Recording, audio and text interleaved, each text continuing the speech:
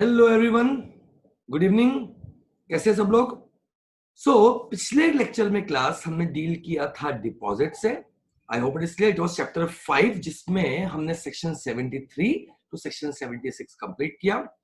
आज के इस लेक्चर में class will be dealing with chapter number 6, that is charges और रजिस्ट्रेशन ऑफ चार्जेस, जिसमें हमको सेक्शन 77 टू सेक्शन 87 पढ़ना है class. I hope it is clear. जिसमें हमको पढ़ना है सेक्शन 77 टू सेक्शन 87। बहुत इजी चैप्टर है, बहुत सिंपल चैप्टर है। कुछ ही चीजें जो हमको याद रखनी है and things will be very easy. खास बात यह है कि बहुत इंपॉर्टेंट भी है क्लास ये, बिकॉज अभी रिसेंटली इसमें कुछ अमेंडमेंट्स हुए हैं। I hope it is clear. तो शुरू करते सर चार्जेस। पहला पॉइंट, सर चार्जेस होता क्या है? Let's take example. ठीक है, एक कंपनी है रिलायंस इंडस्ट्रीज लिमिटेड। उसने 500 करोड़ का लोन लिया किससे? आईसीआईसीआई बैंक से। Is it clear? सो बदले में रिलायंस ने एज सिक्योरिटी रखा लोन के लिए अपनी कोई प्रॉपर्टी। Is it clear? यानी अपने उसकी कोई प्रॉपर्टी गिरवी रखी किसके पास? आईसीआईसीआई बैंक के पास में। याद रखना, ये जो प्रॉपर्टी रिलायंस इंडस्ट्रीज ने आईसीआईसीआई बैंक के पास गिरवी रखी है, ये प्रॉपर्टी या तो प्लेज हो सकती है, या तो मॉर्गेज हो सकती है, या तो हाइपोथिकेशन हो सकती है। आई रिपीट, ये जो प्रॉपर्टी अपनी कोई एसेट अगर रिलायंस ने गिरवी रखी है किसके पास? आईसीआईसीआई बैंक के पास में, तो ऐसे केस में ये गिरवी जो रखा है, या तो सर ये प्लेज हो सकता है, या तो ये मॉर्गेज हो सकता है, या तो ये हाइपोथिकेशन हो सकता है। सर तीनों में फर्क क्या है? देखो, अगर मूवेबल गुड्स गिरवी रखे हैं तो उसे बोलते हैं प्लेज। अगर इमूवेबल गुड्स गिरवी रखे हैं उसे बोलते हैं मॉर्गेज। अगर वो प्लेज है तो उसमें इंडियन कॉन्ट्रैक्ट एक्ट 1872 डील कर रहा है। अगर वो मॉर्गेज है तो उस पर transfer of property act 1882 deal कर रहा है। I hope it is clear. अब सर ये हाइपोथिकेशन क्या है? ये थोड़ा सा अलग कंसेप्ट है। हाइपोथिकेशन में भी हम मूवेबल गुड्स गिरवी रख रहे हैं। देखो मैंने नीचे का पॉइंट काट दिया, थोड़ा सा उसमें प्रॉपर्ली लिखा हुआ नहीं है, तो आई रिपीट, आप अपने हिसाब से लिख सकते हो उसको। हाइपोथिकेशन में भी मूवेबल गुड्स गिरवी रख रहे हैं।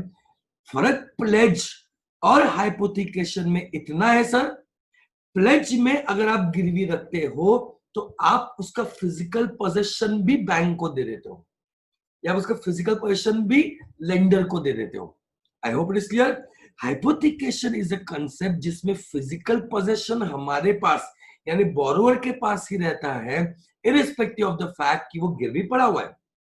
तो कहना क्या चाह रहे हो? I give you example. जैसे प्लेज के केस में मैंने गोल्ड लोन लिया। अब गोल्ड लोन में मैंने गोल्ड उनके पास गिरवी रखा और लोन लिया, तो सिर्फ पोजेशन मेरे पास है कि लेंडर के पास है, बैंक के पास है? द आंसर इज बोरोवर के पास ही पड़ा हुआ है, सॉरी, लेंडर के पास पड़ा हुआ है। I hope it is clear. तो सर ये क्या है? ये प्लेज है, जहां फिजिकल पोजेशन आप डिलीवर कर देते हो किसको? लेंडर को। Is it clear? हाइपोथिकेशन का अगर मैं एग्जांपल दूं, तो जैसे हम कार लोन लेते हैं, कार तो लोन पे है, कार तो गिरवी रखी है बैंक के पास में, लेंडर के पास में, बट फिजिकल पोजीशन किसके पास है सर? बोरोवर के पास है, जिसने लोन लिया है उसके पास है। तो फर्क क्या है? मूवेबल गुड्स में अगर फिजिकल पोजीशन भी ट्रांसफर कर चुके हो तो इट इज प्लेज। अगर फिजिकल पोजीशन ट्रांसफर नहीं किया, this is hypothecation. I hope the point is clear. तो सर कहना क्या चाहते हो कि आपने गिरवी मूवेबल गुड्स रखा हो, इमूवेबल गुड्स रखा हो, मतलब प्लेज किया हो, मॉर्गेज किया हो, हाइपोथिकेशन किया हो, कंपनी की प्रॉपर्टी गिरवी रखी है। याद रखना, अगर आपने कंपनी की प्रॉपर्टी गिरवी रखी है तो हम बोलते हैं आपने कंपनी के प्रॉपर्टी पे चार्ज क्रिएट किया है। आई रिपीट, आप प्लेज करो, मॉर्गेज करो, हाइपोथिकेशन करो, अगर आपने कंपनी की प्रॉपर्टी क्रेडिटर के फेवर में दिया हुआ है, इज इट क्लियर? क्रेडिटर के पास लीन है आपकी प्रॉपर्टी का, इज इट क्लियर? तो हम बोलते हैं हमने कंपनी की प्रॉपर्टी में चार्ज क्रिएट किया है। आई रिपीट, हम क्या बोलते हैं? हमने कंपनी की प्रॉपर्टी पे चार्ज क्रिएट किया है। तो what is charge? Charge is equal to pledge, mortgage और हाइपोथिकेशन। तीनों में से कुछ भी करो, ये चार्ज माना जाएगा। जब भी मैं कंपनी की प्रॉपर्टी गिरवी रखता हूं, चाहे मैं प्लेज करूं, चाहे मैं हाइपोथिकेट करूं, या ठीक है चाहे मैं मॉर्गेज करूं, हम बोलते हैं कि हमने कंपनी के प्रॉपर्टी पे क्या क्रिएट किया है? क्लास चार्ज क्रिएट किया है। I hope it is clear. ठीक है, नाउ सी ऑब्जेक्टिव क्या है इस चैप्टर का, ये अच्छे से समझो। देखो, नंबर वन, ठीक है, कंपनी ने बैंकर को एक सिक्योरिटी दिया, चार्ज क्रिएट किया। सपोज अपने नोएडा का कोई प्लॉट गिरवी रख दिया। I hope it's clear, company Noida की है, बैंकर भी नोएडा का है, तो नोएडा का एक प्लॉट, ठीक है, गिरवी रखा। Is it clear? ठीक है, उसके बदले में बैंकर ने, देखो स्टेप 2 में क्या हुआ, 100 करोड़ का लोन दिया कंपनी को। गिरवी रखा तो कंपनी को लोन दिया, कितने का? 100 करोड़ का। अब रजिस्ट्रेशन ऑफ चार्जेस मतलब क्या होता है, जब भी कंपनी चार्ज क्रिएट करेगी, आई रिपीट, जब भी कंपनी चार्ज क्रिएट करेगी, ठीक है, उसको रजिस्टर करेगी किसके पास? आरओसी के पास, कि हमने चार्ज क्रिएट किया है। ये इंटीमेट करेंगे फॉर्म नंबर CHG 1 में। आई रिपीट, वो इंटीमेट करेंगे इन फॉर्म नंबर CHG 1। कितने दिन के अंदर, क्या हम सब आगे रजिस्ट्रेशन में देखेंगे, बट पॉइंट सुनो, जब भी कंपनी ने चार्ज क्रिएट किया है, वो इंटीमेट करेगा किसको? आरओसी को, कि भाई साहब मैंने अपनी इस प्रॉपर्टी पे चार्ज क्रिएट किया है। साथ साथ स्टेप 4 में यू कैन सी, वो अपलोड भी कर, आरओसी क्या करेगा? अपलोड कर देगा, ठीक है, एमसीए के वेबसाइट पे, जिसका नाम है www.mca.gov.in। अब सर मुद्दा क्या है, पॉइंट क्या है? पॉइंट इज, अगर कंपनी ने सेम प्लॉट बैंकर 2 के पास भी गिरवी रखा है, आई रिपीट, अगर कंपनी ने सेम प्लॉट बैंकर 2 के पास भी गिरवी रखा है, तो ऐसे केस में बैंकर 2 वेबसाइट से कंफर्म कर सकता है, इंस्पेक्ट कर सकता है कि कंपनी ने ऐसा किया है या नहीं। मतलब क्या? मतलब यहां ऑब्जेक्टिव बहुत सिंपल है, कि कोई कंपनी अगर फ्रॉड करने की कोशिश कर रही है सेम प्रॉपर्टी मल्टीपल बोरोवर्स के पास गिरवी रखने के लिए, तो वो ऑप्शन हम आपको नहीं दे रहे।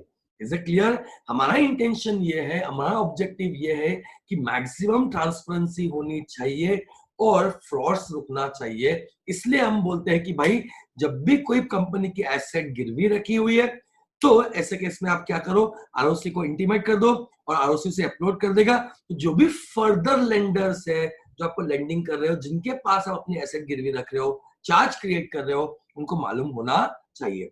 सब देखो, ऑब्जेक्टिव क्या है? The objective of registration of chapter charges chapter is to maintain transparency and eliminate corporate fraud. तो हमको ट्रांसपेरेंसी मेंटेन करना है, सबको मालूम होना चाहिए कौन कौन से प्रॉपर्टी पे कौन कौन से चार्ज क्रिएट हुए हैं, एंड हमको क्या करना है, कॉर्पोरेट फ्रॉड्स को एलिमिनेट करना है क्लास।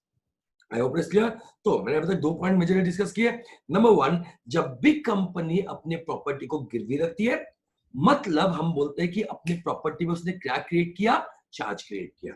नंबर 2, जब भी आप कोई प्रॉपर्टी गिरवी रखते हो, आप इंटीमेट करते हो किसको? आरओसी को।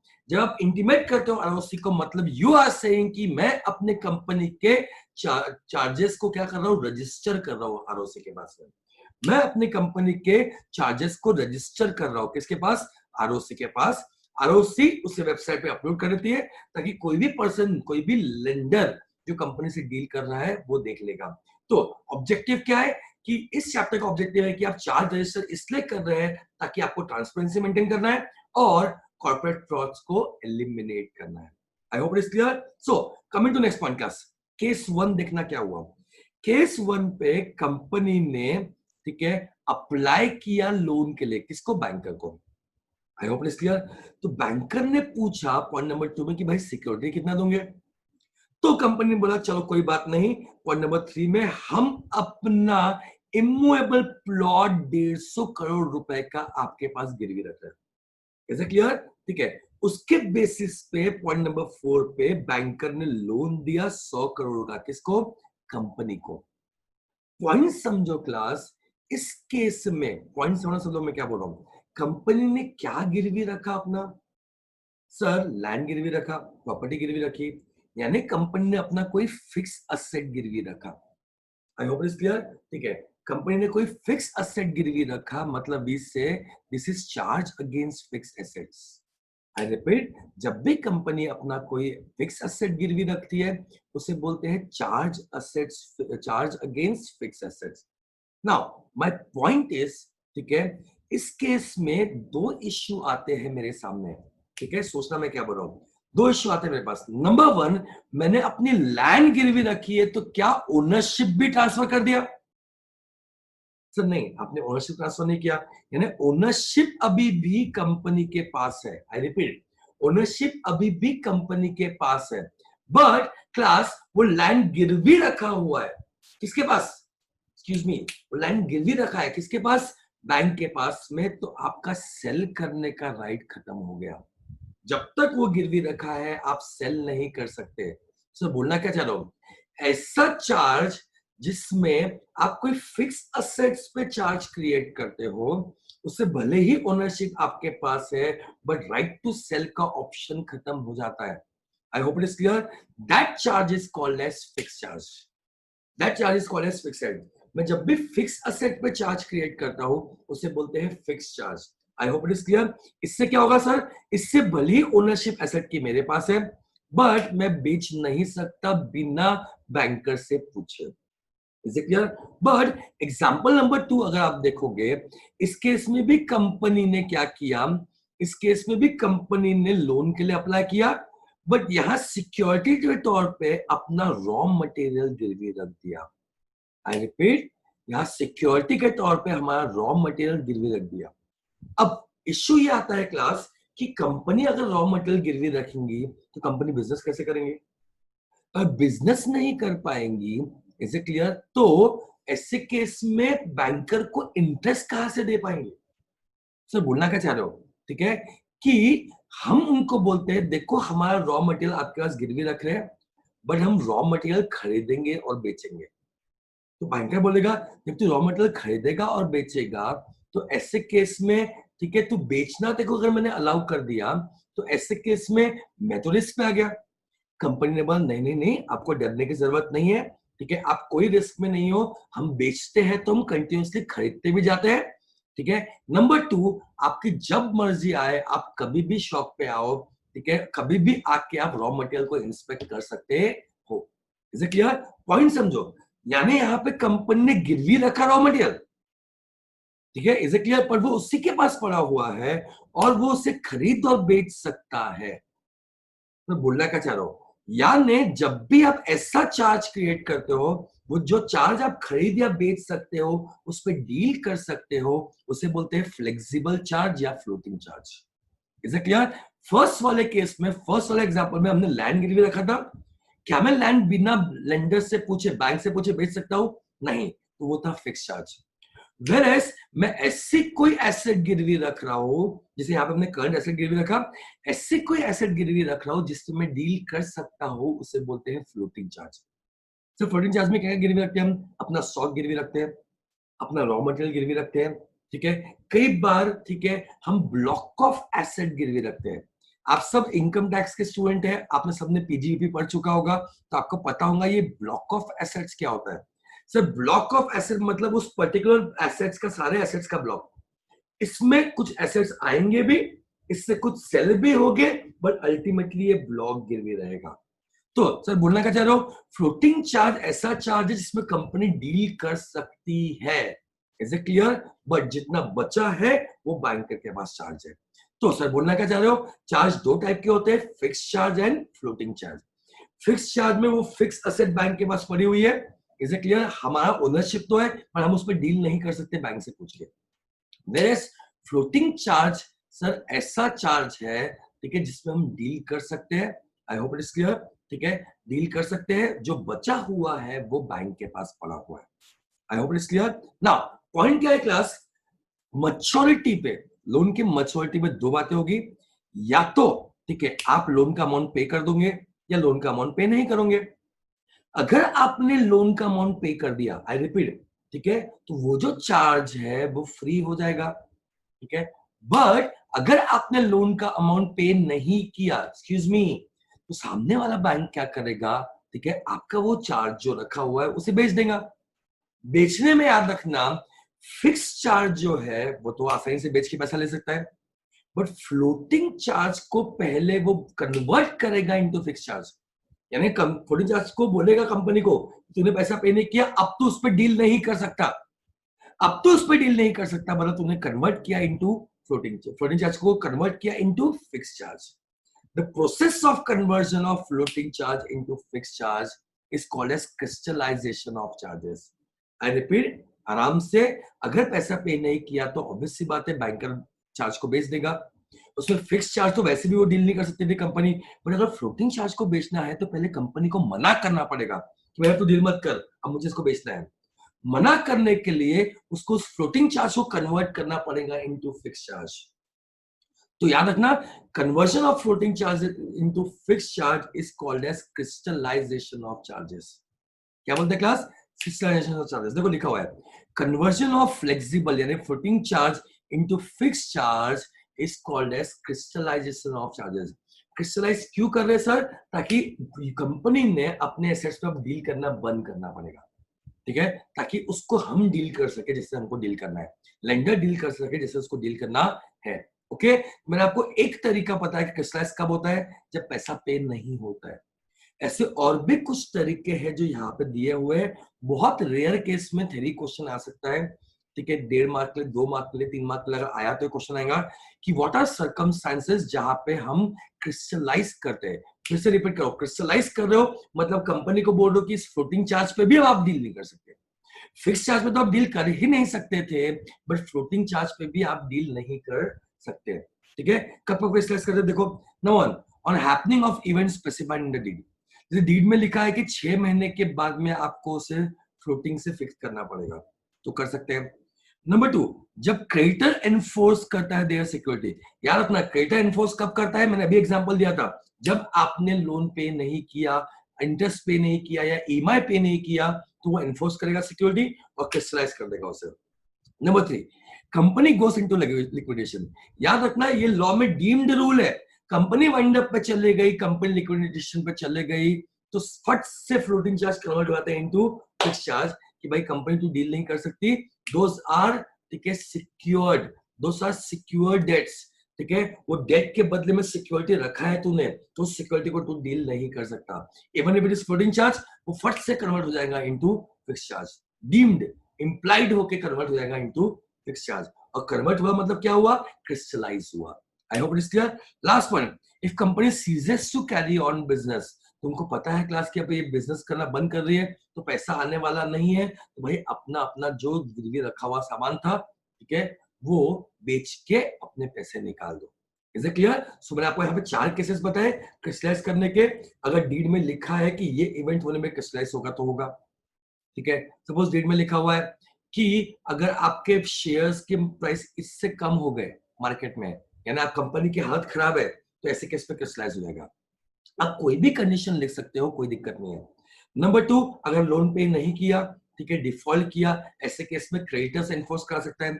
नंबर 3, अगर कंपनी का वाइंडिंग अप हुआ. And number 4, if company ceases to carry on business. I hope it is clear. ठीक है सर, अभी तक लेक्चर में हम क्या पढ़ रहे हैं? जब भी कंपनी ने कोई प्रॉपर्टी को गिरवी रखी, चाहे वो मूवेबल हो, चाहे वो इमूवेबल हो, चाहे वो प्लेज हो, हाइपोथिकेशन हो, ठीक है, या फिर मॉर्गेज हो, तो हम बोलते हैं हमने कंपनी के प्रॉपर्टी पे क्या क्रिएट किया? चार्ज क्रिएट किया. लॉ ये बोलता है कि आपने जो भी चार्ज क्रिएट किया वो आपको रजिस्टर करना पड़ेगा किसके पास? आरओसी के पास में, ताकि कंप्लीट ट्रांसपेरेंसी रहे और फ्रॉड्स होने के चांसेस कम हो जाए. उसके बाद हमने पढ़ा सर चार्ज 2 टाइप के होते हैं, फिक्स चार्ज या फ्लोटिंग चार्ज. आपने ऐसी कोई एसेट, मोस्टली हम फिक्स एसेट्स गिरवी रखते हैं, ऐसे कोई एसेट्स गिरवी रखी है, ठीक है, जो फिक्स एसेट है, तो वो हो जाएगा फिक्स चार्ज.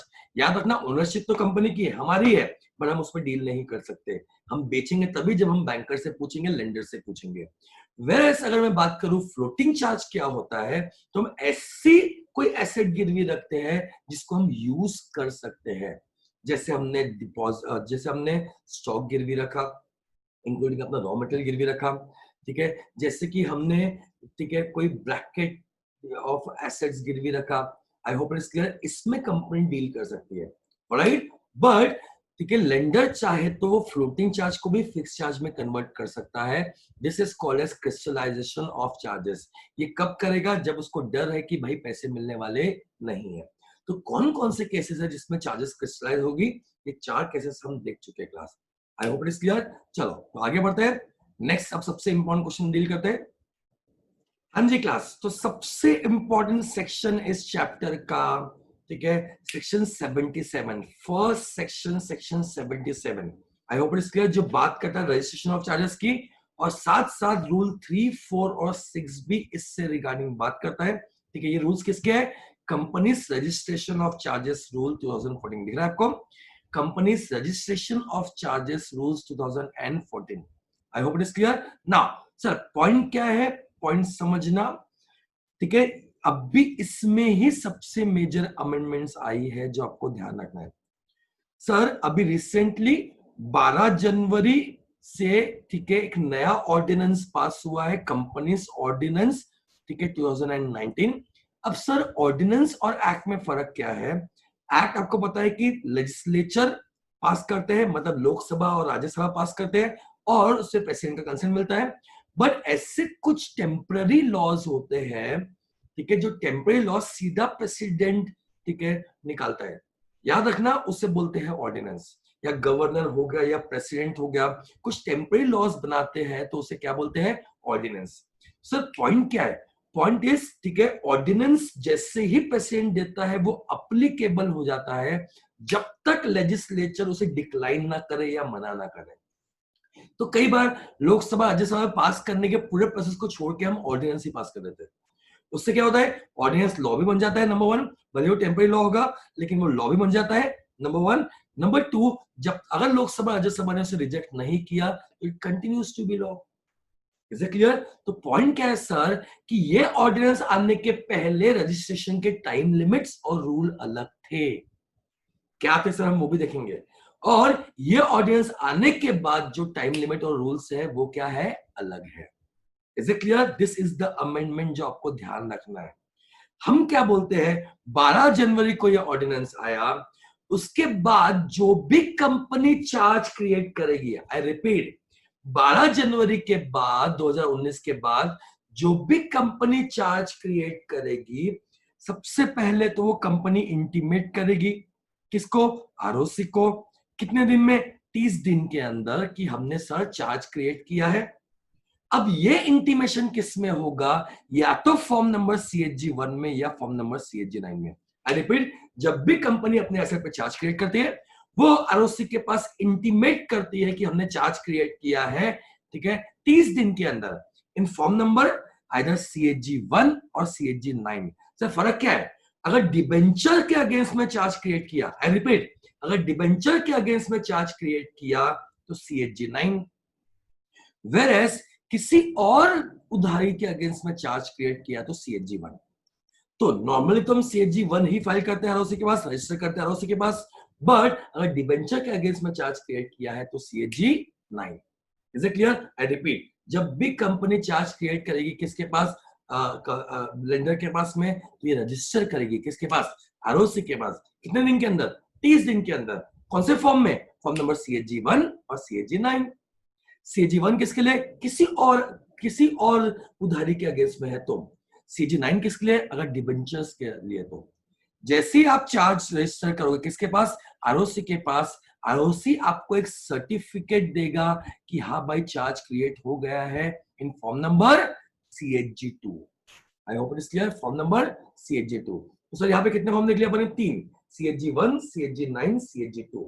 रजिस्टर करोगे आरओसी के पास CHG 1 या CHG 9 पे, और आरओसी आपको सर्टिफिकेट देगा CHG 2। Is it clear? Point क्या है सर? देखो आगे बढ़ो, आपको यहाँ पे ये फॉर्म भी देने हैं एंड साथ में इंस्ट्रूमेंट ऑफ चार्ज भी देना है। सो इंस्ट्रूमेंट ऑफ चार्ज क्या होता है? वो डॉक्यूमेंट, वो आपका एग्रीमेंट, वो आपका कॉन्ट्रैक्ट जिसके बीच में, जो कॉन्ट्रैक्ट हुआ किसके बीच में? कंपनी के बीच में और लेंडर के बीच में। Is it clear? वो कॉन्ट्रैक्ट की कॉपी भी आपको रजिस्टर करनी पड़ेगी किसके पास? आरओसी के पास। तो सर CHG 1 देना है, यस। CHG 9 देना है, डेवेंचर है तो यस। और साथ में क्या देना है? वो डीड, वो कॉन्ट्रैक्ट जो आपका बोरोइंग वाला कॉन्ट्रैक्ट था, उसकी भी आपको कॉपी देना पड़ेगा। कितने दिन के अंदर? 30 दिन के अंदर। देखो फर्स्ट स्टेप खत्म कर दिया 30 दिन के अंदर। अब अमेंडमेंट क्या है? नया रूल क्या है? देखो, if not registered in 30 days, 30 दिन के अंदर तूने कंपनी चार्ज रजिस्टर नहीं किया किसके पास? आरओसी के पास, तो भाई नेक्स्ट 60 डेज में, ठीक है, देन नेक्स्ट 30 डेज में, I am sorry, then next 30 days के अंदर एडिशनल फीस दे के तेरे को चार्ज रजिस्टर करना पड़ेगा। Is it clear? यानी 30 + 30 यानी विद इन 60 डेज। ठीक है, आई रिपीट, अगर पहले 30 दिन के अंदर तूने चार्ज रजिस्टर नहीं किया तो डरने की कोई टेंशन नहीं है, तू चार्ज तो अभी भी रजिस्टर कर सकता है, एक्सक्यूज मी, बट फर्क इतना है कि अब तेरे को अगले 30 दिन तक एडिशनल फीस पे करनी पड़ेगी। फर्स्ट 30 डेज के अंदर चार्ज रजिस्टर किया, सब कुछ बल्ले बल्ले। अगर 30 दिन के अंदर नहीं किया तो अगले 30 दिन तक और कर सकता है, लेकिन तुझे एडिशनल फीस पे करनी पड़ेगी। Is it clear? सर अगर 30 अगले 30 दिन के अंदर भी रजिस्टर नहीं किया तो क्या होगा? अमेंडमेंट देखना। इफ नॉट रजिस्टर्ड, ये देखो दिख रहा है, if not registered in 60 days, यानी पहले 30 और उसके बाद वाले एडिशनल फीस वाले 30, देन ठीक है विद इन 120 डेज, ठीक है, मतलब और 60 दिन का आपको ऑप्शन दे दिया। 30 + 30 प्लस अगले 60 दिन के अंदर आप और रजिस्टर कर सकते हो बाय पेइंग एड वैलोरम, ठीक है, फीस। एड वैलोरम फीस मतलब प्रोपोर्शनेट फीस, ठीक है, प्रोपोर्शनेट फाइन। ये एक्चुअली फीस नहीं है, अभी फाइन हो गया, अभी फीस नहीं बचा। 60 दिन तक रजिस्टर नहीं किया तो अब क्या हो गया? फाइन। ठीक है, आपको एड वैलोरम फाइन पे करना पड़ेगा। It is a penalising section, ये पेनाल्टी है। एंड एड वैलोरम का मतलब होता है in proportion to value of the asset created. I repeat, ad valorem का मतलब होता है in proportion to value of the asset. मतलब आपको फाइन कितना पे करना पड़ेगा वो भी सब दिए हुए हैं प्रोसीजर्स में, वो हमारे काम का नहीं है, बट आपको सिर्फ इतना लिखना है कि आपको एड वैलोरम ड्यूटी पे करनी पड़ेगी अगले 60 दिन के अंदर रजिस्टर करने पे। एड वैलोरम का मतलब क्या होता है? In proportion to the value of assets आपको पेनल्टी या फाइन पे करना पड़ेगा। सो पॉइंट क्या है? वापस ये 3 डेट्स याद रखने हैं। नंबर 1, नॉर्मली चार्ज रजिस्टर करो विद इन 3 डेज, कोई एक्स्ट्रा फाइन नहीं, जो नॉर्मल फीस है वो पे करना पड़ेगा। बट अगर 30 दिन के अंदर नहीं किया तो अगले 30 दिन के अंदर आपको रजिस्टर करना पड़ेगा bye paying additional fees. Exam में क्वेश्चन आएगा, ठीक है, bye paying additional fees. Sir 30 और 30 दिन और हो गए, 60 दिन हो गए, अभी तक रजिस्टर नहीं किया, तो भाई और एक ऑप्शन है कि अगले और 60 दिन के अंदर आप रजिस्टर कर सकते हैं bye paying ad valorem fees duty. I hope it is clear. Sir अगर 120 दिन, हम इतने ढीठ है कि हमने 120 दिन के अंदर भी रजिस्टर नहीं किया तो क्या होगा? तो भाई अगर 120 दिन के, देखो, if not registered in 120 days then central government में grant extension beyond 120 days as per section 87। देखो सेक्शन 87 भी आपने पढ़ लिया। पॉइंट क्या बोलता है? सेक्शन 87 बोलता है कि भाई हम 120 दिन के अंदर भी रजिस्टर नहीं कर पाए तो क्या करेंगे? जाके कंडोनेशन, माफी मांगेंगे सेंट्रल गवर्नमेंट से कि सर ये रीजंस थे, हम नहीं कर पाए, ठीक है, हमको रजिस्टर करना है। तो सेंट्रल गवर्नमेंट आपको एक तो फीस पे करने बोलेगी, ठीक है, बता रहा हूं आपको नेक्स्ट स्लाइड में क्या करने बोलेगी, साथ साथ सेंट्रल गवर्नमेंट आपको अलाउ कर सकती है। याद रखना, सेंट्रल गवर्नमेंट ने अलाउ नहीं किया तो वो चार्ज रजिस्टर नहीं होगा। सर चार्ज रजिस्टर नहीं होगा तो क्या होगा? मैं आगे बताऊंगा आपको, तो अभी सुन लो। रजिस्टर का करना है फर्स्ट 30 डेज, सबसे इंपॉर्टेंट सेक्शन बता रहा हूँ। फर्स्ट 30 डेज कोई टेंशन नॉर्मली, नेक्स्ट 30 डेज, ठीक है सर, एडिशनल फीस के साथ में। 60 दिन हो गए अभी रजिस्टर नहीं किया, नेक्स्ट 60 डेज के अंदर एड वैलोरम फीस के साथ में। सर उसके बाद भी नहीं किया तो अब सेंट्रल गवर्नमेंट से माफी मांगो, सेंट्रल गवर्नमेंट से माफी मांगो 120 दिन के beyond. Is it clear? And ये माफी मांगेंगे इन form number CAG 8 and this is section 87 class. This is section 87 और हम माफी मांग रहे हैं इन form number CAG 8। I hope it is clear. तो मैंने 3-4 फॉर्म नंबर देख लिए। CAG 1 रजिस्टर करने के लिए, CAG 9 भी रजिस्टर करने के लिए, बट डिबेंचर्स के अगेंस्ट में चार्ज रजिस्टर करने के लिए, CAG 2 IOC सर्टिफिकेट देंगे हमको, एंड CAG 8 जब हम कंडोनेशन के लिए अप्लाई करते हैं, किसको सर? सेंट्रल गवर्नमेंट को। ओके सर, ठीक है। अगर रजिस्ट्रेशन करना है यहाँ 120 दिन के अंदर करो, 120 दिन के बियॉन्ड क्या होगा? ठीक है, देखो सब कुछ लिखा हुआ है।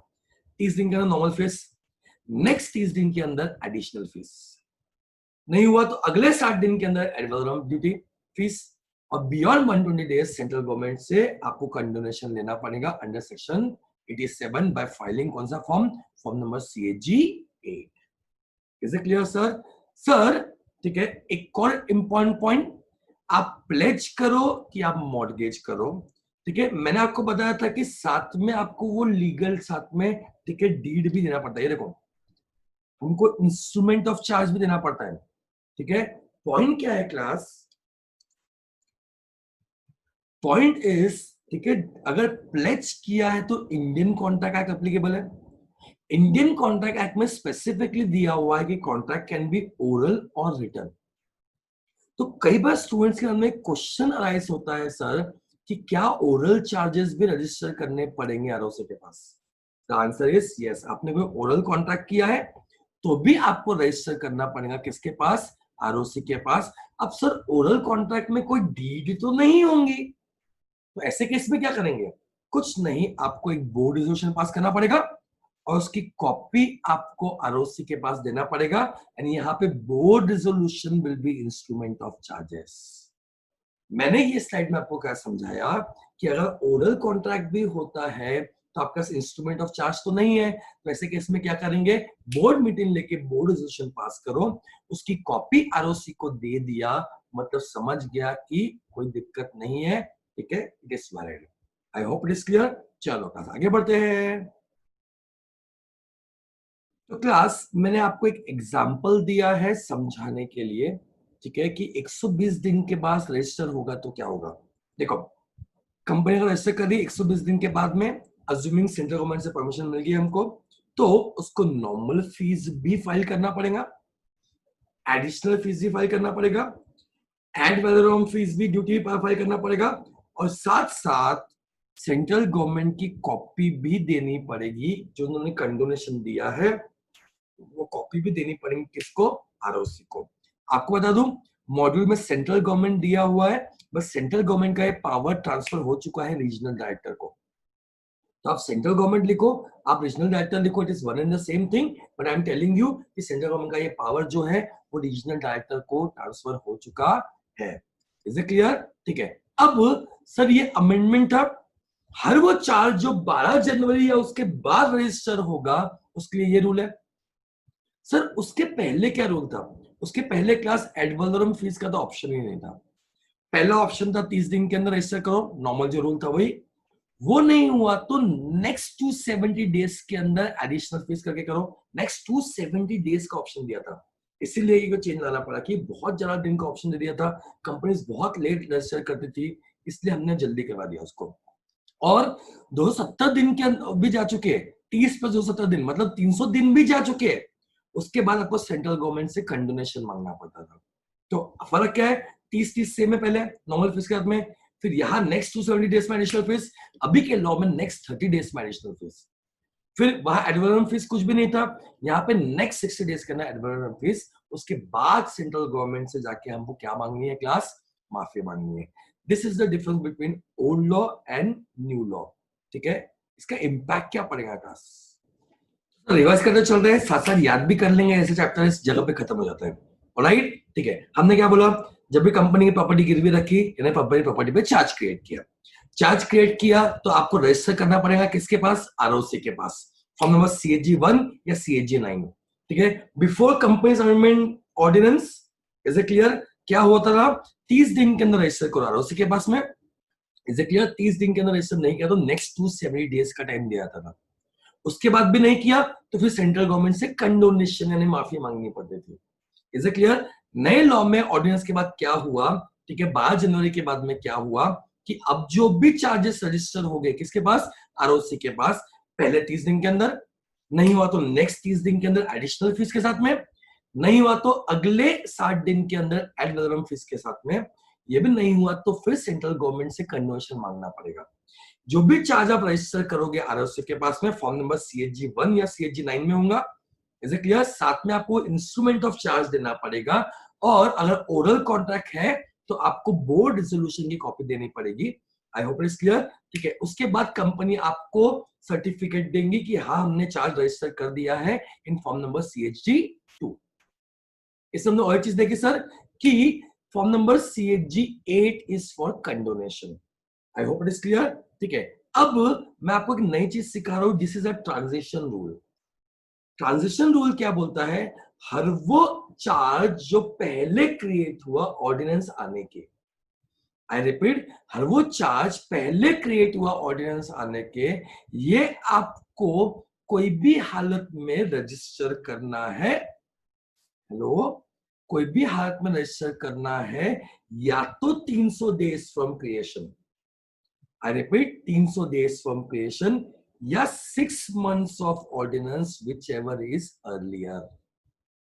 ठीक है, जो भी पहले के चार्ज है नए एक्ट आने के बाद जो अभी तक रजिस्टर नहीं हुए वो आपको रजिस्टर करना है 300 डेज फ्रॉम क्रिएशन और 6 months from ordinance whichever is earlier. Is it clear? चलो एक क्वेश्चन देखते हैं, एक क्वेश्चन देखते हैं जल्दी से। इस क्वेश्चन में चार्ज क्रिएट कब हुआ सर? 1 जनवरी को। परफेक्ट, ठीक है। अब हमको दोनों डेट्स निकालने हैं। दोनों डेट्स में 300 डेज आ रहा है 27 अक्टूबर को। Is it clear? 27 अक्टूबर को। और 6 months आ रहा है ऑर्डिनेंस से 11 जुलाई। तो मुझे बताओ कि चार्ज रजिस्टर कब तक करना पड़ेगा? ठीक है sir, 11 July which ever is earlier. ये क्वेश्चन लिख लेना तो आपको वो कंसेप्ट भी समझ जाएगा। ओके, ठीक है। एग्जाम्पल नंबर 2, 1 जुलाई 2018 को चार्ज क्रिएट हुआ था, उससे 30 दिन आता है 26 अप्रैल 2019 और ऑर्डिनेंस आने से 6 महीने आते हैं 11 जुलाई 2019 विच एवर इज अर्लियर। तो 26 अप्रैल के पहले आपको क्या करना पड़ेगा? चार्ज रजिस्टर करना पड़ेगा। तुमने और एक पॉइंट देखा सर, जो पहले के चार्ज है ये ऑर्डिनेंस आने के पहले, उसको रजिस्टर करने के लिए टाइम लिमिट क्या है? ट्रांजिशन पीरियड में 300 डेज फ्रॉम क्रिएशन और 6 months from ordinance whichever is earlier. Is it clear? Sir charge create हो चुका है, चार्ज रजिस्टर हो चुका है, चार्ज रजिस्टर नहीं होगा तो क्या होगा वो भी आपको डिटेल में बताऊंगा आगे, वो अलग डिस्कशन रखते हैं अपन।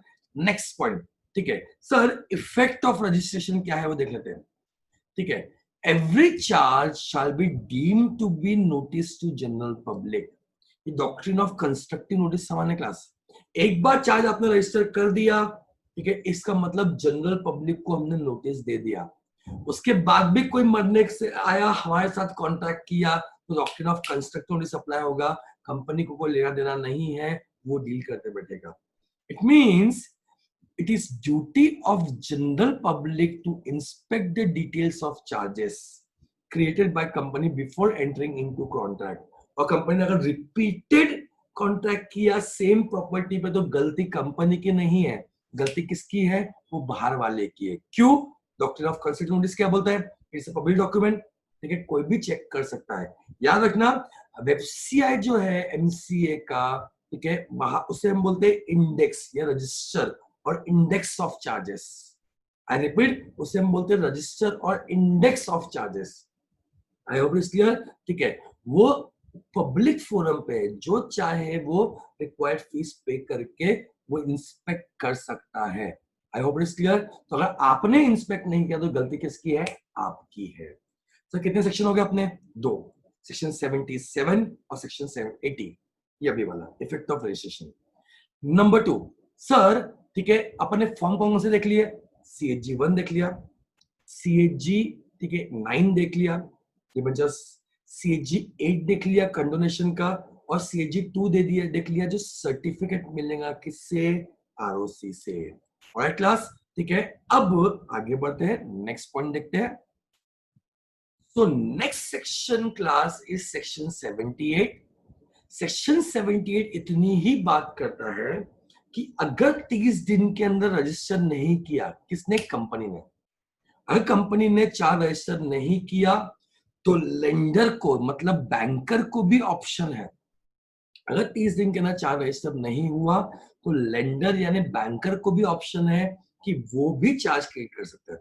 अब तक हमने क्या बोला था कि चार्ज रजिस्टर सिर्फ कंपनी कर रही थी, बट सेक्शन 78 बोलता है कि लेंडर भी चार्ज रजिस्टर कर सकता है। बट कब? ये देखो क्रॉस किया हुआ है, यानी 30 दिन के अंदर अगर नहीं हुआ तो लेंडर भी चार्ज रजिस्टर कर सकता है। देखो नंबर 6 मतलब कौन? Lender, bank. Shall register such charges within a period of 14 days.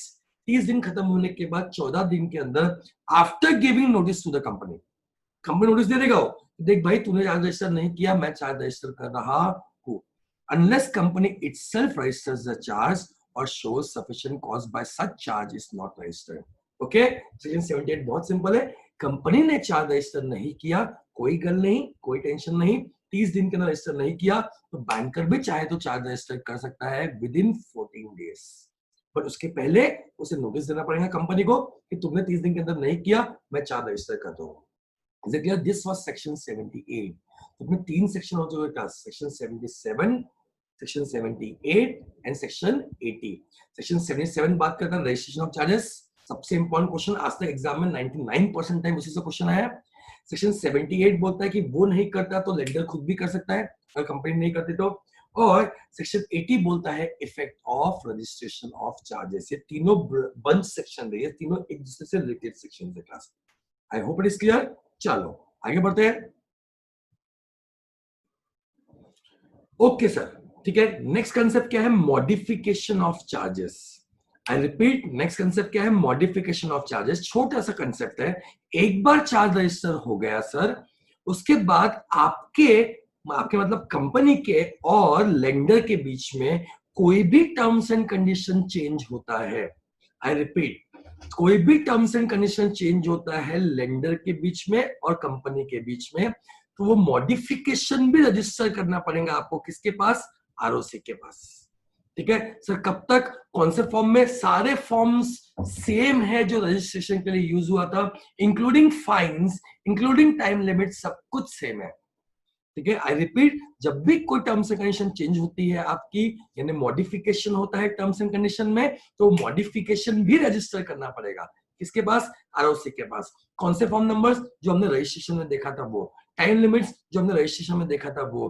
Punishment, fines, additional fees जो हमने रजिस्ट्रेशन में देखा था वो. Is it clear? Now modification में एग्जाम में कई बार एक क्वेश्चन आता है, तो क्वेश्चन मैंने यहाँ पे लेके आया आपको समझाने के लिए. ठीक है, ये बहुत बार एग्जाम में क्वेश्चन आ चुका है.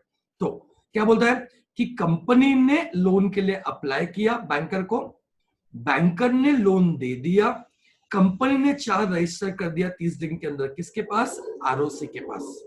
I hope it is clear. तो ये चार्ज रजिस्टर हो चुका है. इसमें टर्म्स एंड कंडीशंस क्या लिखी हुई थी? इसमें टर्म्स एंड कंडीशन लिखी हुई थी कि आरबीआई का जो रेट है, ठीक है, आरबीआई का जो लेंडिंग रेट है, उससे सपोज हम 1% ज्यादा, ठीक है, चार्ज करेंगे interest. Is it clear? I repeat, question में क्या दिया हुआ था कि आरबीआई का जो लेंडिंग रेट है उससे हम 1% ज्यादा चार्ज करेंगे इंटरेस्ट. परफेक्ट. ठीक है. नाउ हुआ क्या? आरबीआई का जो रेट था वो चेंज हो गया, वो बढ़ गया. Is it clear? तो एग्जाम में क्वेश्चन ये आया कि क्या आपको मॉडिफिकेशन रजिस्टर करना पड़ेगा किसके पास? आरओसी के पास. क्या लगता है आपको? क्या आपको मॉडिफिकेशन रजिस्टर करना पड़ेगा आरओसी के पास में? पॉइंट समझो क्लास. आपका जो डीड था, क्या उसमें कुछ चेंज हुआ? इंटरेस्ट रेट में चेंज हुआ. आपके डीड में कुछ चेंज हुआ क्या? डीड में क्या लिखा हुआ है कि, ठीक है, जो भी मॉर्गेज रेट है, लेंडिंग रेट है आरबीआई का, उससे 1% ज्यादा या उससे 2% ज्यादा. ठीक है, जो भी लिखा हुआ था वो ही फॉलो हो रहा है ना. सिर्फ चेंज हुआ लेंडिंग रेट आरबीआई का. उससे आपके कॉन्ट्रैक्ट में कोई चेंज आया क्या? नहीं. इंटरेस्ट में चेंज आया बट कॉन्ट्रैक्ट में चेंज नहीं आया. I hope you are getting me.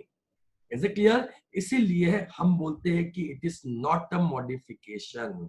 This is not a modification. आपको आरओसी के पास रजिस्ट्रेशन करने की जरूरत नहीं है. Is it clear?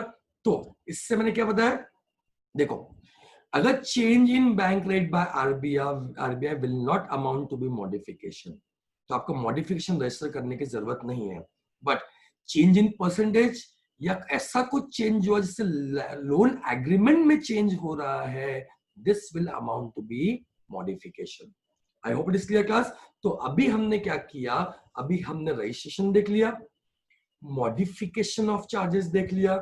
सर आगे की कहानी क्या है? मैं आगे आपको कुछ फॉर्म नंबर्स एक बार ओवरव्यू कर लेता हूं और फिर हम इस लेक्चर को समाप्त करेंगे यहां से.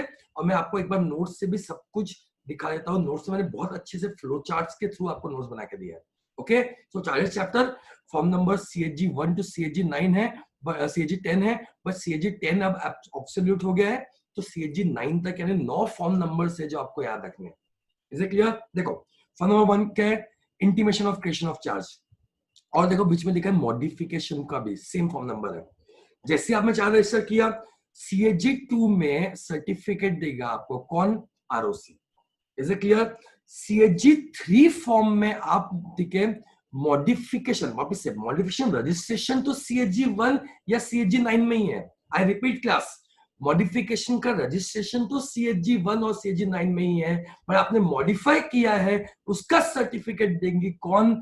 ROC। किसको? कंपनी को, इन फॉर्म नंबर CHG 3।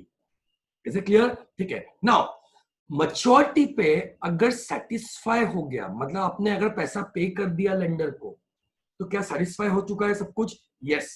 तो आप इंटीमेट करोगे कि सेटिस्फैक्शन का किसको? ROC को, इन फॉर्म नंबर CHG 4। मैं प्रोसेस बता रहा हूं आपको, ठीक है। CHG 4 में आप इंटीमेट करोगे ROC को कि हमने वो डेट सेटिस्फाई कर दी है, चार्ज फ्री हो गया है हमारा, आप भी सेटिस्फाई करके चार्ज को फ्री कर दो।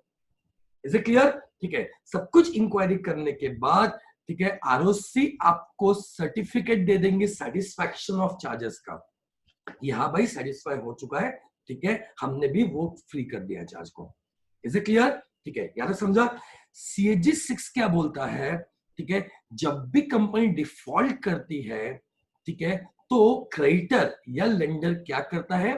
ठीक है, एक रिसीवर को अपॉइंट करता है सारे हिसाब किताब क्लोज करने के लिए, ठीक है, एसेट्स बेचने के लिए, हिसाब किताब क्लोज करने के लिए।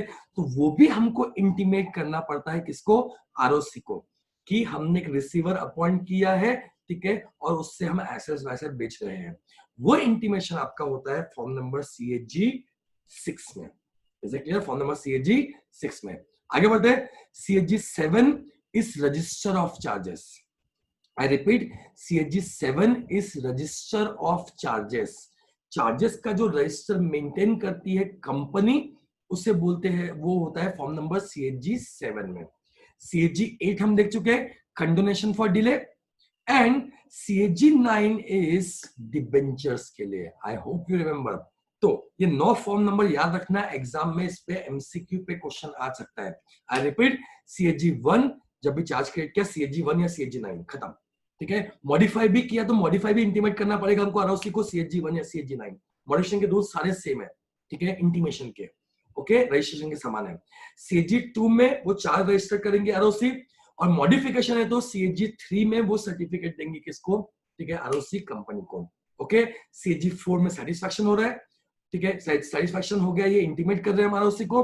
CHG 5 में ROC क्या कर रहा है? आपको सर्टिफिकेट दे रहा है, ठीक है। CHG 6 में हमको बता रहे हैं कि कंपनी ने डेट पे नहीं किया, ठीक है, तो रिसीवर हमने अपॉइंट किया, ये कौन बताएगा? क्रेडिटर बताएगा, ठीक है। CHG 7 में क्या है? रजिस्टर ऑफ चार्जेस है।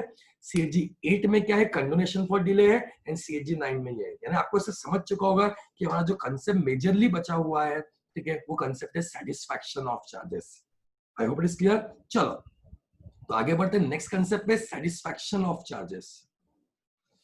ओके सर, तो सेक्शन हमारे कौन से कंप्लीट हो गए sir? Section 77 registration of charges. 78 की लेंडर भी 14 दिन के अंदर चाहे तो रजिस्टर कर सकता है, अगर वो 30 दिन के अंदर रजिस्टर नहीं कर रहा है तो, ठीक है। 79 एक फालतू सा सेक्शन है जो इसके बीच में ही कहीं खो जाता है, ठीक है। सेक्शन 80 अगर आपको याद होगा तो हमने इफेक्ट ऑफ रजिस्ट्रेशन देखा था, कि डीम्ड नोटिस रहेगा जो भी फर्दर बोरोवर्स आएगा उसके लिए। I hope it is clear, ठीक है। 81 हम देखेंगे आगे, register of charges. Is it clear? अभी I am coming to section 82, that is satisfaction of charges. बस पॉइंट समझो, सेटिस्फैक्शन ऑफ चार्जेस मतलब क्या होता है? सेटिस्फैक्शन ऑफ चार्जेस मतलब कि हमने डेट कंप्लीट कर दिया है, ठीक है, हमारा चार्ज रिलीज हो गया है, हम सिर्फ वो किसको इंटीमेट कर रहे हैं? ROC को इंटीमेट कर रहे हैं। I hope it is clear. तो ये क्या बोलता है, ठीक है, पहले तो कंपनी ROC को इंटीमेट करेंगी जैसे ही आपका, ठीक है, पैसा खत्म हो जाता है, जैसे ही आपका लोन खत्म हो जाता है, उसके 30 दिन के अंदर, आई रिपीट, उसके 30 दिन के अंदर कंपनी ROC को इंटीमेट करेंगी इन form number CHG 4 along with no dues letter, ठीक है। फॉर्म नंबर CHG 4 समझ गया सर। ये नो ड्यूस लेटर क्या है? हम लेंडर से एक लेटर लेते हैं कि अब कोई ड्यूस नहीं बचा, everything has been paid, everything has been satisfied. I hope it is clear, ठीक है। ये हम लेते हैं किससे? लेंडर से लेते हैं, और कंपनी के पास फाइल करते हैं 30 दिन के अंदर in form number CHG 4 with no dues letter. I hope it is clear. अब ROC क्या करता है? अपॉन सेटिस्फैक्शन आपको सर्टिफिकेट दे देता है of satisfaction in form number CHG 5। Is it clear? ठीक है। रूल क्या है? अगर कंपनी ने 30 दिन के अंदर फाइल नहीं किया, if not filed in 30 days, तो नेक्स्ट 270 डेज, देखो पुराना वाला लॉक ऑप्शन दिया है, नेक्स्ट 270 डेज के अंदर एडिशनल फीस करके फाइल कर सकते हैं, और अगर ठीक है 30+270 यानी 300 दिन के अंदर फाइल नहीं किया तो कंडोनेशन के लिए अप्लाई करेंगे किसको, सेंट्रल गवर्नमेंट को, section 87। This is last section, हमने स्टार्टिंग में देखा था सेक्शन 87 इन फॉर्म नंबर CHG 8। सब बोलना क्या चाह रहे हो, मतलब कंडोनेशन सिर्फ रजिस्ट्रेशन लेट होने पे नहीं होता, कंडोनेशन सेटिस्फैक्शन भी अगर लेट रजिस्टर किया आरओसी के पास में कि सब कुछ खत्म हो गया, डेट सॉल्व हो गया है, डेट खत्म हो गए, ठीक है, वो भी आपको अगर देना है तो उसके लिए भी लेट हुआ तो कंडोनेशन के लिए अप्लाई करना पड़ेगा। Is it clear? This is section 82। I repeat, section 82 क्या बोलता है, जैसे ही आपका डेट सेटिस्फाई हो जाएगा आप उनसे नो ड्यूस लेटर ले लोगे, ठीक है, डेट सेटिस्फाई होने के 30 दिन के अंदर आरओसी को इंटीमेट करोगे इन फॉर्म नंबर CHG 4। तो 30 दिन में नहीं हो पाया तो एडिशनल फीस देके नेक्स्ट 270 डेज में इंटीमेट करोगे, उससे भी लेट हुआ तो 300 दिन के ऊपर लगा तो कंडोनेशन के लिए अप्लाई करना पड़ेगा। ये तो कंफर्म हो गया, ठीक है। दूसरा, आरओसी को जब ये मिलेगा, अगर आरओसी सेटिस्फाई हो गया तो आरओसी आपको सर्टिफिकेट ऑफ सेटिस्फैक्शन देगा इन फॉर्म नंबर CHG 5। इससे ठीक है मैं कंपैरिजन कर रहा हूं ओल्ड लॉ में और न्यू लॉ में, बिकॉज बुक्स में भी कुछ कुछ जगह कई बुक्स में गलतियां है। आप जो जो बुक्स यूज करते होंगे कई बुक्स में गलतियां है या अमेंडमेंट नहीं हुआ है, अपने बुक में अगर कोई गलती है तो आपको मालूम होना चाहिए कि क्या चेंज करना है। पहले क्या था, पहले 30 दिन के अंदर बताओ, और 30 दिन के अंदर नहीं बता पाए तो सेंट्रल गवर्नमेंट से कंडोनेशन के लिए अप्लाई करो। Is it clear? इसका एक ही एक्सेप्शन था, IFSC कंपनी को 30 के बाद में नेक्स्ट 270 डेज का ऑप्शन दे रहा था। ये लॉ जो IFSC कंपनी के लिए था पहले, अब ये सभी कंपनी के लिए लॉ बन गया है। ये बिफोर आफ्टर किसका है, वो कंपनीज ऑर्डिनेंस जो आया था 2019 के, पहले ये लॉ था, नया ये लॉ है। I hope it is clear class. So this was about satisfaction of charges. Section कौन सा है सर, सेक्शन 82 है। सेक्शन क्या बोलता है, जब भी डेट्स खत्म हो गए आरओसी को अप्लाई कर दो नो ड्यूस लेटर के साथ में, ठीक है, टाइम लिमिट्स दी हुई है, आरओसी आपको CHG 5 दे देगा। Is it clear?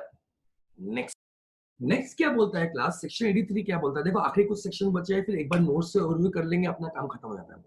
सेक्शन 83 क्या बोलता है, immediately next section, if no information has been received by ROC from company.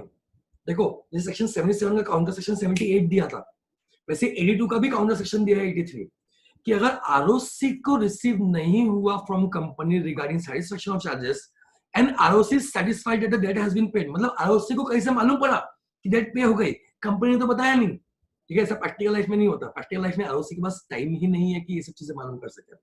फिर भी सेक्शन 83 बोलता है कि आरओसी को कंपनी ने नहीं बताया, बट किसने बताया, तो किसी और जगह से मालूम पड़ा, ऐसे केस में आरओसी में themselves enter it in the register, ठीक है, of particulars of satisfaction and inform parties within 30 days. इसमें आरओसी शो कॉज नोटिस भेजती है दोनों पार्टीज को कि हमें ये उड़ती उड़ती खबर मिली है कि भाई तुम्हारा डेट हिसाब क्लोज हो चुका है, हमें मालूम नहीं पड़ा, ठीक है, शो कॉज नोटिस दो, और अगर कोई दिक्कत नहीं है तो भाई हम सेटिस्फैक्शन ऑफ चार्जेस में रजिस्टर करके काम को खत्म कर देते हैं। This is section 83 class. Okay, ठीक है, फिर से कंटिन्यू मत करना, पॉइंट्स बहुत सारे होंगे बट पॉइंट बहुत सिंपल है। सेक्शन 77 रजिस्टर कैसे करना है, 78 कंपनी रजिस्टर नहीं किया तो वो रजिस्टर करेंगे, 79 फालतू सेक्शन। सेक्शन 80 बात करता है कि इफेक्ट ऑफ रजिस्ट्रेशन क्या है, कि भाई पब्लिक नोटिस में चला गया है, ठीक है, तो हम अज्यूम करते हैं कि जो हमसे डील कर रहा है उसको पता है कि हमारा ये एसेट चार्ज है। 81 रजिस्टर है, ठीक है, अभी तक हमने देखा नहीं, अभी हम देखेंगे इसके बाद। वो 82 सेटिस्फैक्शन ऑफ चार्जेस, 83 ठीक है, ये पॉइंट बोल रहा है। ओके, इससे मूव करते हैं क्लास, रजिस्टर पे आते हैं जल्दी से, ठीक है। सो कंपनी का रजिस्टर ऑफ चार्जेस के बारे में डील करता है section 85 red with rule 10.11। Rules यहाँ पे याद मत करो, ये रूल इतना इंपॉर्टेंट नहीं है, सेक्शन याद करो, section is section 85। Again section is section 85। Section 85 क्या बोलता है, हर कंपनी को एक रजिस्टर ऑफ चार्जेस मेंटेन करना पड़ेगा फॉर्म नंबर CHG 7 में, फॉर्म नंबर CHG 7 में। Obligation to keep at its register office, कहां रखना पड़ेगा, रजिस्टर ऑफिस में रखना पड़ेगा, register of charges in form number CHG 7 and this should be preserve permanently, this should be preserve permanently, कुछ time limit के लिए नहीं, परमानेंटली हमेशा ये रजिस्टर मेंटेन प्रिजर्व करना पड़ेगा। हाँ, जो डीड के बेसिस पे ये चार्ज क्रिएट हुआ था वो इंस्ट्रूमेंट आपको प्रिजर्व करना पड़ेगा 8 इयर्स के लिए। क्योंकि इंस्ट्रूमेंट क्या हो गया, डॉक्यूमेंट हो गया। और कोई भी डॉक्यूमेंट या डीड, मैं आपको सिखाऊंगा आगे जाके chapter number 9 accounts of the company में, कंपनी 8 साल के लिए प्रिजर्व करती है। आई रिपीट, 8 इयर्स के लिए। तो ये जो रजिस्टर है वो तो परमानेंटली प्रिजर्व करना है आपको, बट ये जो इंस्ट्रूमेंट है ये आपको प्रिजर्व करना है कितने साल के लिए, 8 साल के लिए। नेक्स्ट, सर किसी को इंस्पेक्शन करना है, क्या वो कर सकता है? यस, वो इंस्पेक्ट भी कर सकता है register of charges. Is it clear? ठीक है, बट उसे बिजनेस आवर्स में ही इंस्पेक्ट करना पड़ेगा। और मेंबर्स और क्रेडिटर्स को फ्री ऑफ कॉस्ट से आप कभी भी इंस्पेक्ट कर सकते हो। बाकी पर्सन के लिए एक प्रिस्क्राइब फीस दी है, उसी के अंदर वो पे करके ही आप इंस्पेक्ट कर सकते हो। Is it clear? सिंपल सा सेक्शन था, मैंने ये भी ओवरव्यू में कंप्लीट कर दिया आपका। और उसका ही काउंटर बेसिक सेक्शन ये भी है, सेक्शन 81, ठीक है, जो बात करता है registrars register of charges. I repeat, section 81 बात करता है रजिस्ट्रार रजिस्टर ऑफ चार्जेस। मतलब जैसे कंपनी एक रजिस्टर ऑफ चार्जेस मेंटेन कर रही है, वैसे आरओसी भी आपके लिए आपका एक रजिस्टर ऑफ चार्जेस मेंटेन करती है। I hope it is clear. ठीक है, कंपनी मेंटेन करती है फॉर्म नंबर CG7 में, ठीक है। आरओसी भी वैसे एक रजिस्टर मेंटेन करती है, ठीक है। क्या बोलता है? ROC is required to maintain register of charges, ठीक है। ROC register is open for inspection by any person on payment of prescribed fees. अभी वो 100 रुपए फीस है, ठीक है। Can be inspected electronically on website. जैसे आप 100 रुपए की फीस पे करते हो ना क्लास, वो वेबसाइट का वो इंडेक्स ओपन हो जाता है 3 घंटे के लिए। आई रिपीट, ये ओपन होता है 3 घंटे के लिए। 3 घंटे में आपको जैसे रजिस्टर इंस्पेक्ट करना है, जो करना है कर लो। 3 घंटे के बाद में वो लिंक क्लोज हो जाती है, ठीक है। Next point, the particulars of charges maintained on MCA portal shall be deemed to be register of charges। तो रजिस्टर मतलब क्या, आपको पता है वो MCA के पोर्टल पे जो अपलोड करती है, तो MCA के पोर्टल में जो अपडेट हो गया, जब कुछ जो दिख रहा है, that is deemed to be register of charges। and this is class section 81। I repeat, छोटे सेक्शंस कंप्लीट कर रहे हैं, चैप्टर ऑलमोस्ट खत्म कर रहे हैं। नोट्स से मैं ओवरव्यू करते जाऊंगा, फटाफट 10 मिनट की बात है और चीजें खत्म हो जाएंगी अपनी। Okay, section 77 registration of charges. 78 company ने नहीं किया तो भाई लेंडर कर देगा, ठीक है। 79 फालतू सेक्शन। सेक्शन 80 क्या बात करता है कि रजिस्टर ऑफ चार्जेस जो है, रजिस्ट्रेशन जो है आपका, वहां पे डीम्ड सेक्शन अप्लाई होगा कि पब्लिक नोटिस चला गया सबको, ठीक है, वेबसाइट के थ्रू। ओके, 81 बात करता है आरओसी को भी मेंटेन रखना पड़ेगा, ठीक है। 82 बात करता है सेटिस्फैक्शन ऑफ चार्जेस की, और 85 बात करता है कंपनी को कितने साल तक वो रजिस्टर मेंटेन करना है। ओके, ठीक है। आगे के छोटे मोटे कुछ सेक्शन देख के खत्म करते पहले इसको। आपको याद होगा क्लास, तो थोड़ी देर पहले मैंने आपको एक फॉर्म नंबर CAG6 बताया था। आपको याद है फॉर्म नंबर CAG6? मैंने क्या बोला था, कई बार जब कंपनी पैसा पे नहीं करती तो उसका वो एसेट का हिसाब किताब करने के लिए लेंडर क्या करता है, कोई रिसीवर को अपॉइंट करता है। उस पर डील करता है सेक्शन 84। उस पर डील करता है सेक्शन 84। सेक्शन 84 क्या बोलता है, ठीक है, कंपनी को ने अप्लाई किया बैंकर को, लोन दे दिया, इज इट क्लियर। एंड अगर लोन में क्या हो गया, पॉइंट नंबर 3, डिफॉल्ट हो गया। अगर लोन में क्या हो गया, डिफॉल्ट हो गया, इज इट क्लियर। ऐसे केस से बैंकर अपॉइंट करेगा एक रिसीवर को, बैंकर अपॉइंट करेंगे रिसीवर को, ठीक है। रिसीवर अपॉइंट हुआ है, ये भी बैंकर, ठीक है, किसको इंटीमेट करेगा, आरओसी को भी इंटीमेट करेगा और कंपनी को भी इंटीमेट करेगा। दिस इज सेक्शन 84 कि आरओसी बैंकर विल इंटीमेट और रिसीवर एज द केस, दोनों में से कोई भी इंटीमेट कर सकता है, किसको, आरओसी को या कंपनी को, दोनों को, ठीक है, इन form number CAG6 and this should be done with in 30 days। Simple. Extension के लिए पनिशमेंट है, पेनल्टीज है, बट इतना है सफिशिएंट सेक्शन 84 के लिए, बाकी अपने काम का नहीं है, ठीक है। आगे बढ़ते हैं। तो सर सेक्शन 77 हो गया, 78 हो गया, 79 देखने की जरूरत नहीं है। सेक्शन 80 हो गया, ठीक है। 81 रजिस्टर हो गया, ठीक है। 82 अपने सेटिस्फैक्शन ऑफ चार्जेस देखे। 83 में आपको आगे दिखा दूंगा। 84 और 85 अगर आपको याद होगा अभी, ठीक है, तो हमने कंडोनेशन वगैरह का ये पॉइंट देखा। 87 कंडोनेशन का देखा, और 84 और 85 रजिस्टर का देखा, और 84 इसकी पहले वाला सेक्शन देखा, रिसीवर वाला, ठीक है। 87 जो था, इज इट क्लियर, वो 87 हमने क्या देखा, याद करो, कंडोनेशन ऑफ डिले के लिए देखा। तो मोस्टली ये सारे सेक्शंस हमने कंप्लीट कर दिए। एक बात समझो कि अपने एंगल से यहाँ पे स्लाइड के थ्रू अपना ये पूरा कंप्लीट हो गया है। That's it for today. Have a nice day. Very simple chapter, we have completed it. ठीक है, कोई डाउट अगर मुझे आप पूछ सकते हो। Thank you so much.